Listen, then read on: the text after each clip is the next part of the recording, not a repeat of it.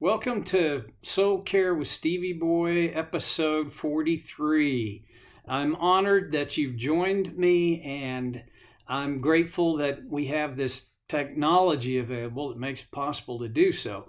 We're in the book of Philippians, chapter 4, and we started last time unpacking one of my favorite things to talk about in the book of Philippians, and that is chapter 4, verse 8. Let me read it. Finally, brothers and sisters, whatever is true, whatever is noble, whatever is right, whatever is pure, whatever is lovely, whatever is admirable, if anything is excellent or praiseworthy, think about such things. We talked a little bit about, and I don't know that we could talk too much about the idea that your thoughts, what you think about, that's of ultimate huge importance, because ultimately what we do comes out of what we think. And we have this privilege of being able to set our thoughts on various things. The problem is that our brain will just jump and drift and hop to a variety of things if we're not intentional about where we place our attention, where we put our focus. And what Paul is writing to us about is that, hey, if you want to experience the peace of God, which surpasses all understanding, and that for it to guard your hearts and mind in Christ Jesus, then what you need to do is think about some specific kinds of things. We talked last time about whatever is true and whatever is noble. And we'll pick it up this time with whatever is right. This is a very interesting thing to me. Boy, I use that gob, but this is very interesting. This whole concept of whatever is right. There are several ways to look at whatever is right. There is right in the sense of what is right as opposed to wrong. There is right as in the sense of what is good and what is bad, what is right. There is right in the mathematical sense of either you got the problem right or you didn't get it right. And then there is the idea, the concept of right in the moral sphere. Some things are morally right. Other things are morally wrong. It's easy for me. I tend to jump quickly to judging what I feel is morally wrong or even pragmatically wrong. I jump toward things that need to be corrected. I'm not sure that's evil or necessarily wrong, but I do know this much. If my focus is on what needs to be fixed, I may cheat myself out of some of the better ideas of what is already right. In a relationship, it's really easy to get sucked into thinking only about what is wrong in the relationship. When we don't think about what is right, it leaves us with this broken picture and broken perception of the whole health of the entire relationship. This is true in politics and in government, when it is so easy for me to see what's wrong. And if you know me, you know I've got more opinions about what's right and what's wrong politically than you got time to listen to. And I don't have the credentials or the background to be able to support my opinions very deeply. But when I focus on what is wrong more than on what is right, I get into a problem area. I think this is one of the things that depressed people struggle with mightily. When a person is depressed, their thinking is bound up where we are, and I can say this from my own personal experience, I think only about what is hurting, what is bad, what is not working. I really don't very often think about what's right in the world, what's right in my home, what's right in my head, what is right.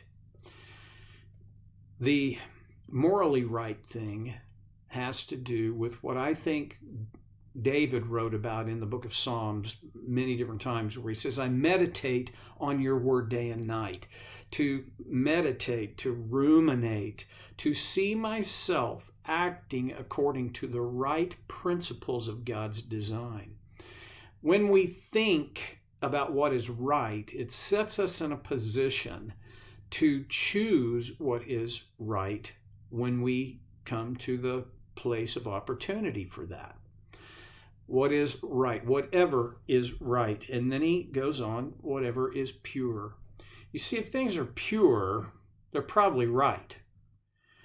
And I'm not sure I can say that everything that is right is pure, but I think they are very connected. All 8 of these basic kinds of things to think about are very closely connected. To think about what is pure. I often watch television way more than I ought to, but there are times when I've been entertained by a show and have realized I laughed at things I probably shouldn't laugh at. I was entertained by things that should have bothered me, but they didn't. And I find myself kind of compensating for those things by the fact that the writing is great, the characters are so funny, and it makes some decent point, and besides that, it's not as bad as a whole lot of other stuff. That's not pure. I'm not on a campaign to get rid of the television and never watch anything that's not biblically based. I'm sorry. I don't mean to imply that. What I'm saying, though, is if I think about what is pure, guess what I don't have as much time to think about? I don't have as much time to think about what is impure. And boy, you may not have this as an issue, but my mind is constantly drawn toward what is impure. Whatever is pure. In our world, people have a real difficult time even identifying what's pure. It's as though we go with what is less impure and we're okay with that. I don't think I'll forget ever a sermon that my friend B.A. Austin preached, and he had a glass of water, clear, clean water, and he said, "Isn't that if you're thirsty, that's probably agony for you. You probably like this. Clean, it's cool." And then he spit in it. All of a sudden, it became not quite as attractive, as in not interested anymore. And I'm not even drinking out of that after you pour the water out until you've washed it. Our world we're bombarded with things that are that have been spit in. I heard a guy that I really appreciate and enjoy his writing and his speaking, named Steve Ferrari.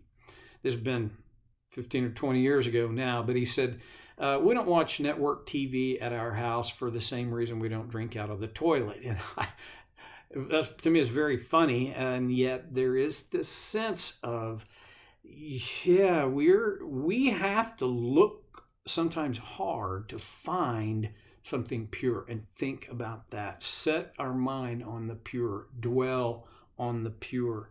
Whatever is lovely. Lovely seems like a feminine kind of thing to do, and manly guys, we don't think about what's lovely. We might think about what's pretty, but not lovely. Well, lovely it's worth coming back to.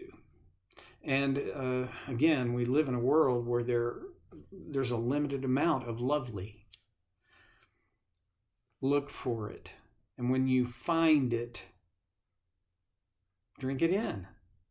Beauty is a thing that God has provided in the world for our benefit. He's wired us to be able to appreciate and be blessed by beauty. We sometimes have to look very hard for it. I've already told you about when Debbie and I went to the Grand Canyon in 2000, and the overwhelming nature of the beauty there. I find beauty around me in lots of different things. I find it in nature, although I'm not this big, I'm not a Yule Gibbons type. I'm not a bird watcher. But I like the beauty of nature. This is one of the reasons I like to play golf. Even a fairly doggy golf course has some beautiful places on it. Music. I find beauty in music. Not all music. And certainly not exclusively Christian music. I find beauty in order. I find beauty. I'm not educated well enough to be able to very well appreciate the beauty of art, but I know what I think is beautiful, and I love what I think is beautiful. Whatever is lovely. Now, there are a lot of things that should fit in this category, but if you're married, here's one of the things that I think sometimes we need to think about what is lovely in our spouse. I do a good bit of marriage counseling, and almost without exception, the couples and individuals come to me I tell my wife jokingly, somewhere between 6 weeks and 6 years too late. But by the time I see them, they have forgotten the beauty of their spouse. All they can see, is what has hurt them and how poorly they are loved, or how much there is that the other has. On and on and on the list goes, and they can hardly even remember what first attracted them. If you're married, when it comes to think about whatever is lovely, you better take a look at your spouse.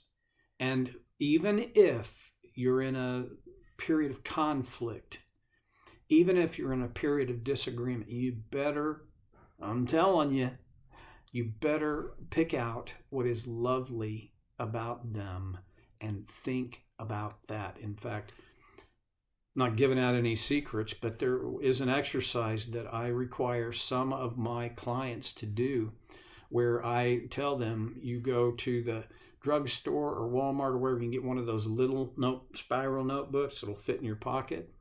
And I want every day for the next 30 days, I want you to write, and you're going to write one thing on each page. And what it is what you like about your spouse. One thing, only one thing. And if they're pretty upset with their spouse, that's a tough assignment. But what one thing?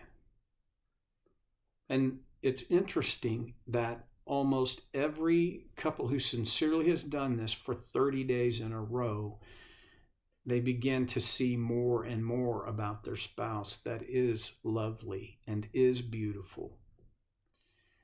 You might want to try that as well. Whatever is lovely, whatever is admirable. And that is, to me, into the category of character. People that I admire, at the top of the list are people in my list.